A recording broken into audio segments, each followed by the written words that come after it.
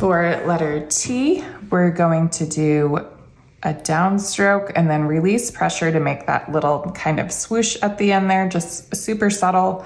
And then for the top of the T, we're gonna come right here, light right into heavy, light, and then just a little heavier, slight pressure there.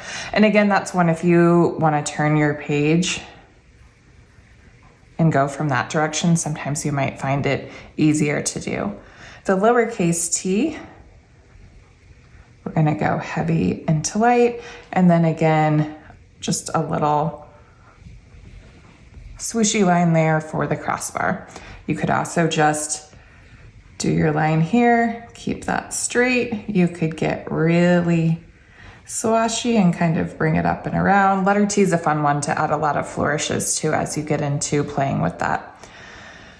For this one, this is similar to one of the drills we practiced in the beginning where we were going light, heavy, light, just to get used to that pressure. We're doing that here, but more subtly. So we just start light, heavy, light, kind of a subtle pressure shift. And then same thing for the top, light, heavy, light.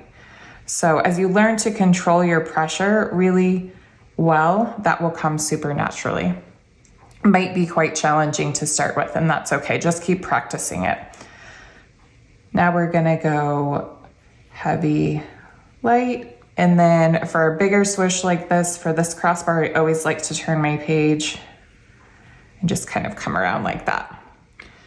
And I kept these T's pretty simple because I wanted them to look like T's. You know, when we talked about like the J's and the I's, they can all start to look the same. The other thing you can kind of do is let's do it here. If you want to draw a letter T like this and then do your top, and then I can kind of come in here, fill this in to make it nice and straight.